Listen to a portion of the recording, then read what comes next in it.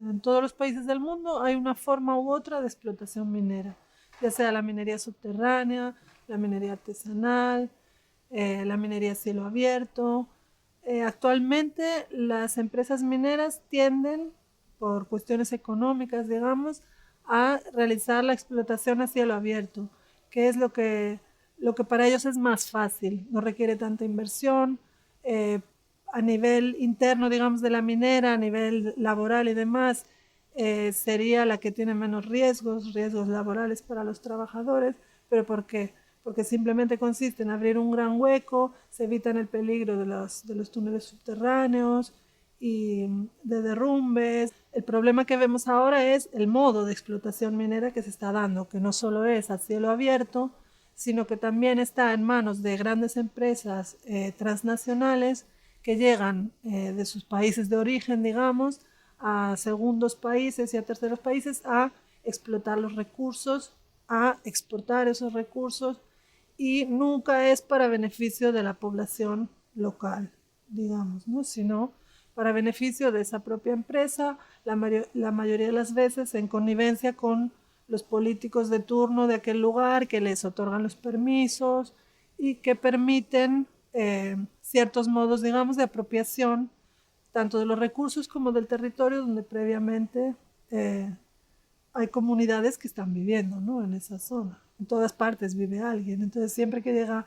una empresa para hacer una gran explotación, siempre o casi siempre encontramos que hay o afectados, personas afectadas, o un medio natural que va a estar afectado, ¿no? Entonces, bueno, estamos observando que son demasiados los proyectos en los que no se toma en cuenta esas condiciones previas o se toma en cuenta como algo que se puede simplemente violar, ¿no?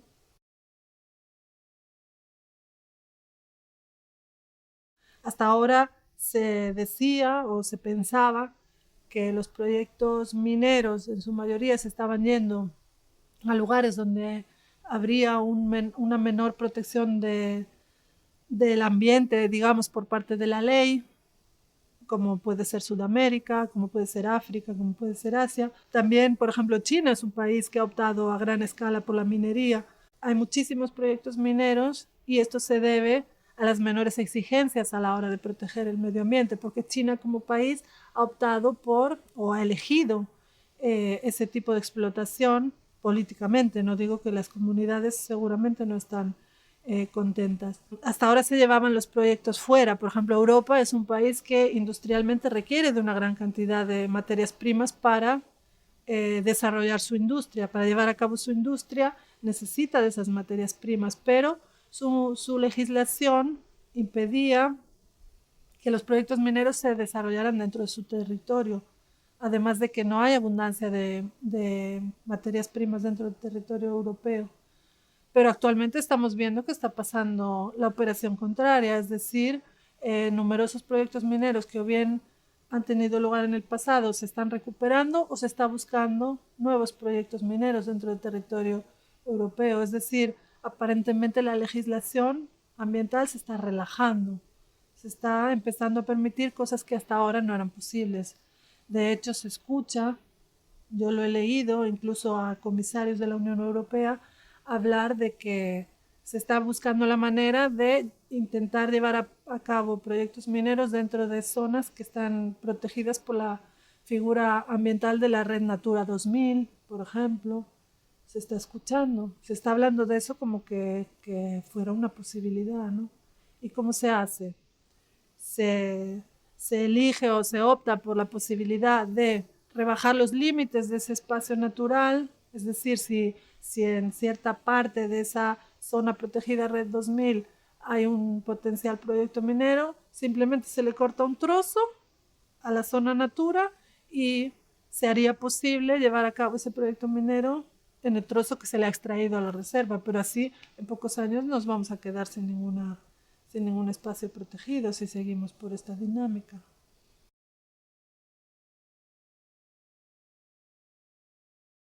No es solo oro, son muchos minerales y metales. Lo que está pasando es que se observa un movimiento, digamos, eh, por el cual muchos países que sí son mineros o que sí son abastecedores, digamos, de ciertas materias primas, están comenzando como a proteger sus recursos.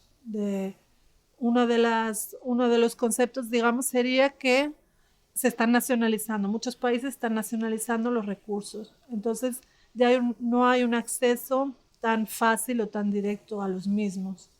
Sigue habiendo acceso, sigue habiendo modos de negociar, sigue habiendo modos de tratar y comerciar, pero se está notando un movimiento de proteccionismo de ciertas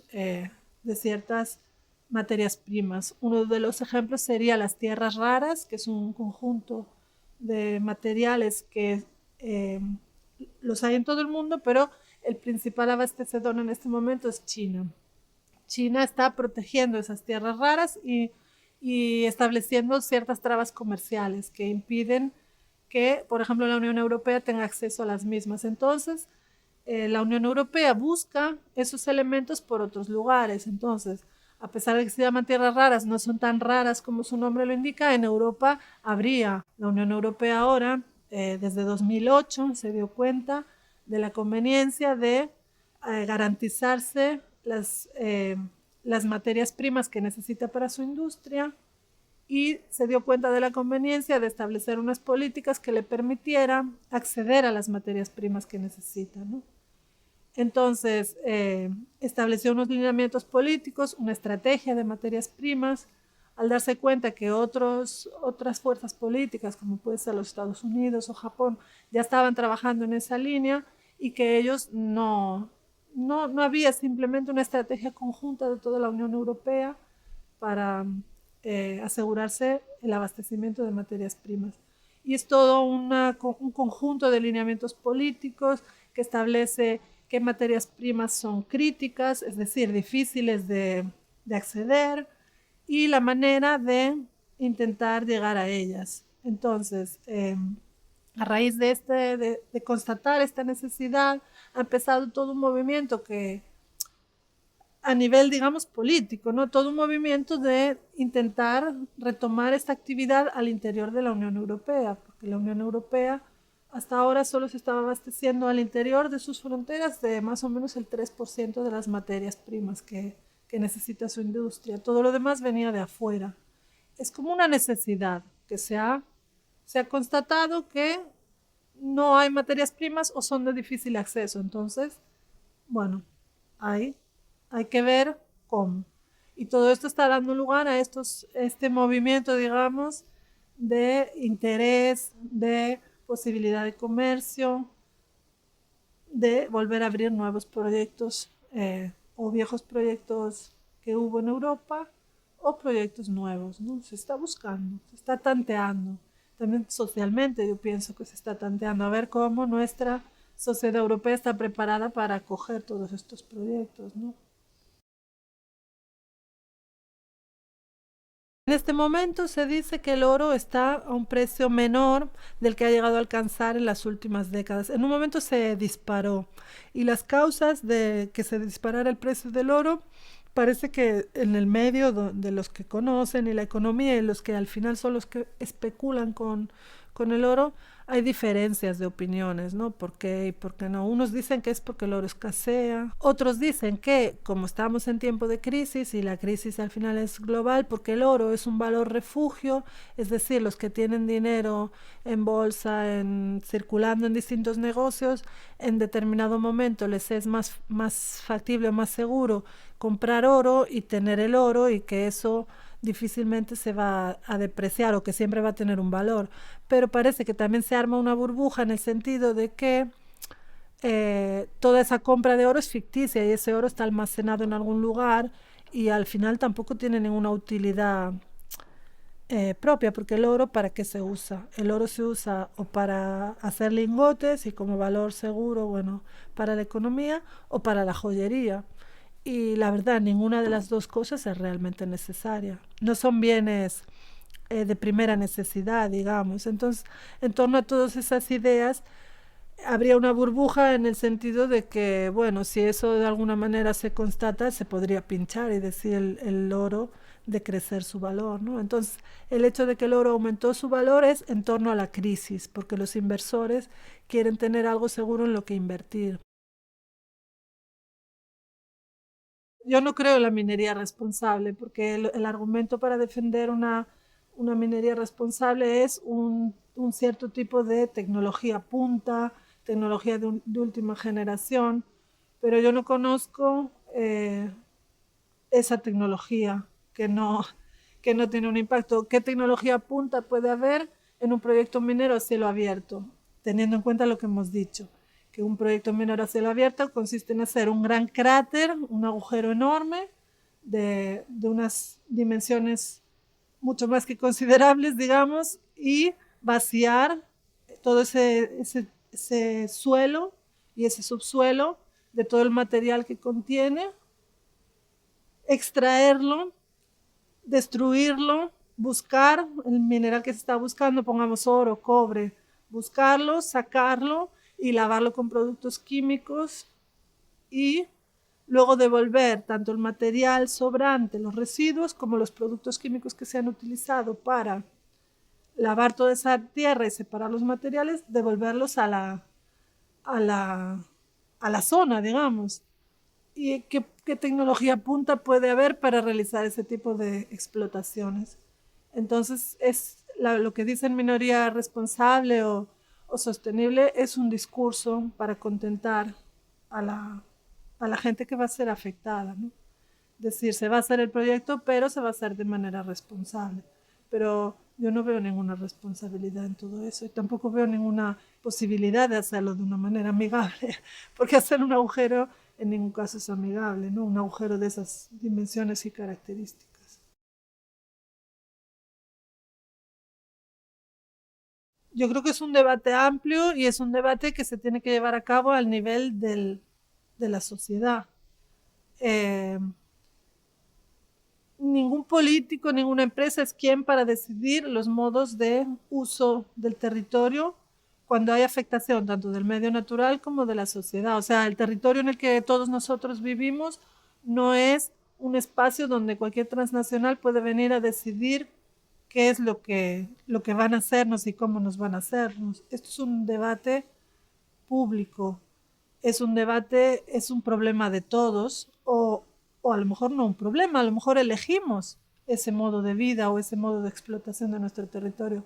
El problema es que a nosotros nadie nos ha preguntado, nadie nos ha venido a decir aquí en Galicia si queremos ahora ser un país minero, simplemente de repente lo éramos y el territorio cuando nos dimos cuenta ya estaba todo concesionado. Para llevar a cabo un debate hace falta una información fidedigna, pública y abierta, donde todos nos enteremos cuáles son los planes que existen ahora con este territorio y donde nosotros tengamos la posibilidad de decir si estamos de acuerdo o no. Y para decir si estamos de acuerdo o no necesitamos saber qué es lo que... saber realmente, ¿no?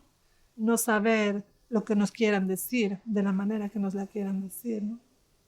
Es un problema, sí, tanto político como económico, como del modelo, digamos, de desarrollo por el que se opta, porque evidentemente se está optando por un modelo de desarrollo en el que se necesita todo esto, ¿no? Nadie se está planteando de qué manera podríamos vivir sin todos estos materiales.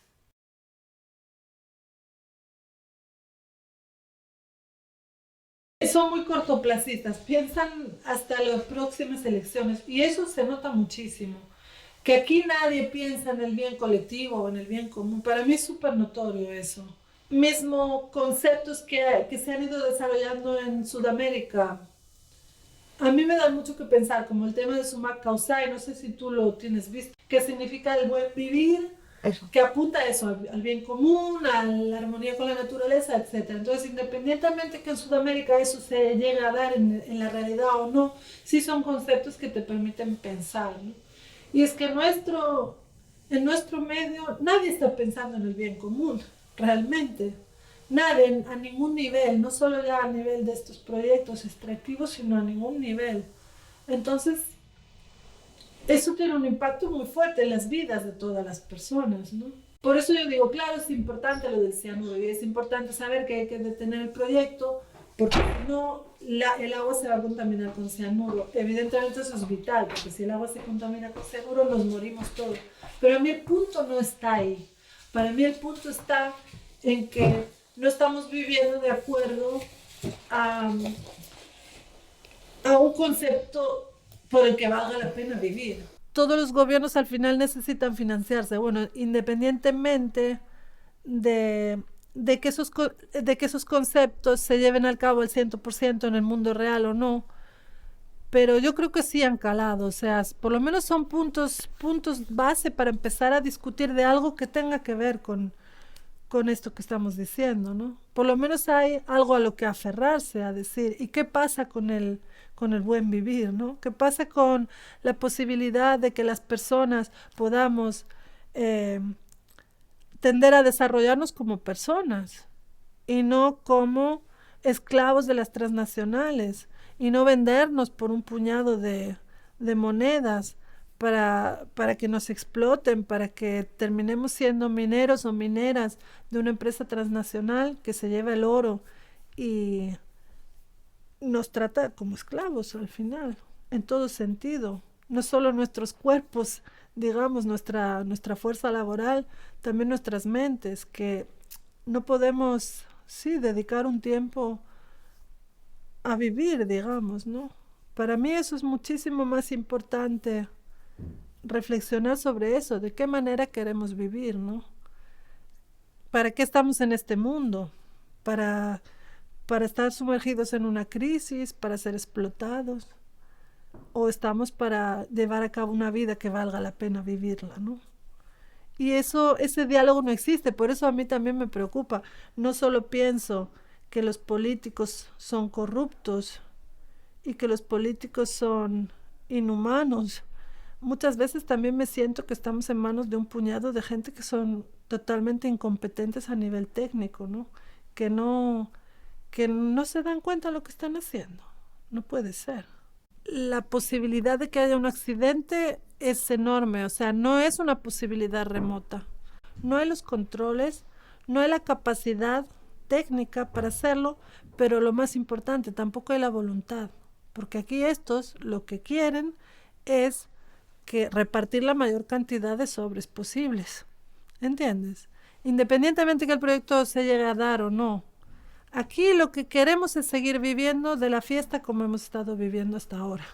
Entonces hasta ahora era con la burbuja inmobiliaria se terminó. Para mí es un paralelismo muy interesante porque es la manera de perpetuar la fiesta nacional en la que hemos estado viviendo todos estos años. Como con la burbuja inmobiliaria ya no, pues ahora vamos a intentarlo con la minería. Entonces vamos a seguir viviendo de la misma manera y vamos a perpetuar este modelo todo lo más que dé de sí hasta que definitivamente o se pinche o alguien reaccione y haga algo. Los puntos más importantes no están en los destrozos concretos que nos hace este proyecto minero, sino que están en la posibilidad de que como sociedad tengamos la posibilidad, se nos dé la posibilidad de elegir lo que queremos hacer y cómo queremos hacerlo. Y que si no nos dan esa posibilidad, que encontremos la manera de tomarnos, ¿no? De tomarnos la vía y tomarnos la opción. Ese sería el momento, sería reaccionar como sociedad y no dejarnos hacer cualquier cosa.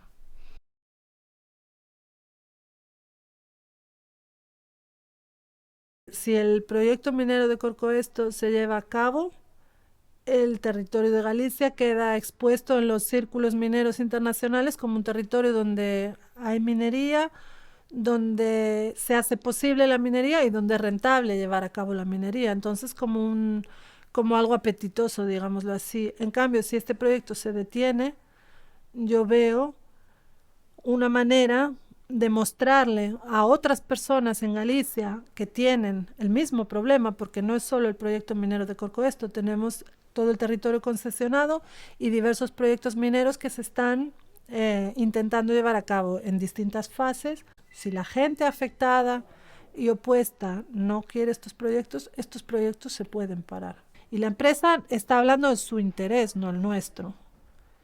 Y los políticos no debería de ser así, pero están hablando también el interés de la empresa y no el nuestro, o el interés propio de los políticos de turno. Evidentemente, hay que ser muy suspicaz para darse cuenta de que los comunicados que nos puedan estar haciendo llegar sean para desmotivar, ¿no? Yo creo, sí, yo creo de toda mala fe.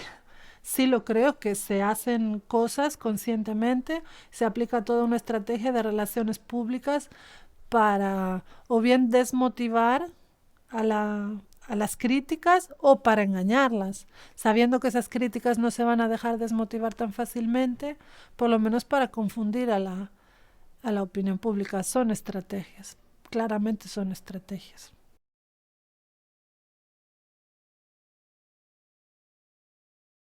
Está en nuestra mano como ciudadanos de darnos cuenta hasta qué punto estamos siendo manipulados, porque la mayoría de la gente está ocupada, tiene sus actividades diarias, su trabajo, su vida, su familia, y se tiene que ocupar de sus cosas, pero si como ciudadanos somos capaces de hacer una vigilancia ciudadana, una observación de lo que nos están haciendo, ya que ellos no nos dan las armas, porque evidentemente no quieren que sepamos lo que están haciendo, y eso también es un tipo de violación, ¿no? De someterte a cosas, a proyectos de los que no te dan toda la información, ¿no? Pero bueno, como ciudadanos, nuestra obligación, yo lo veo como una obligación, es estar vigilantes a lo que se está haciendo y todo aquello que no cumpla con los requisitos o con nuestra voluntad, denunciarlo. Yo creo que cualquier proceso de resistencia a la minería en Galicia se podría beneficiar enormemente de la experiencia de otras comunidades humanas en todo el mundo. Conocemos mejor lo que pasa en Latinoamérica porque tenemos una afinidad cultural y de idioma que nos facilita mucho conocer lo que pasa en Latinoamérica, pero lo mismo está pasando en otros lugares de Europa, lo cual nos permite establecer un paralelismo muy claro, y en Latinoamérica hay muchísima trayectoria, son décadas de oposición a los proyectos mineros y hay muchísimas experiencias también exitosas, es decir, resistir y oponerse a un megaproyecto o a algo en lo que el pueblo como pueblo no cree, resistir da frutos. Llegado el proyecto minero a la puerta de nuestra casa, vale la pena resistir. Y si resistimos vamos a lograr detenerlo, si no, no. Eso a mí me es importante, es decir, que tenemos donde mirar, que no estamos solos, que esto pasa en otros lugares y no solo pasa, sino que mucha otra gente antes que nosotros han sido capaces de acumular un montón de experiencias que para nosotros también son muy válidas y que aunque somos europeos, también hay gente en otros lugares que puede saber más que nosotros de algunos temas y uno de estos temas es el de la resistencia a la minería.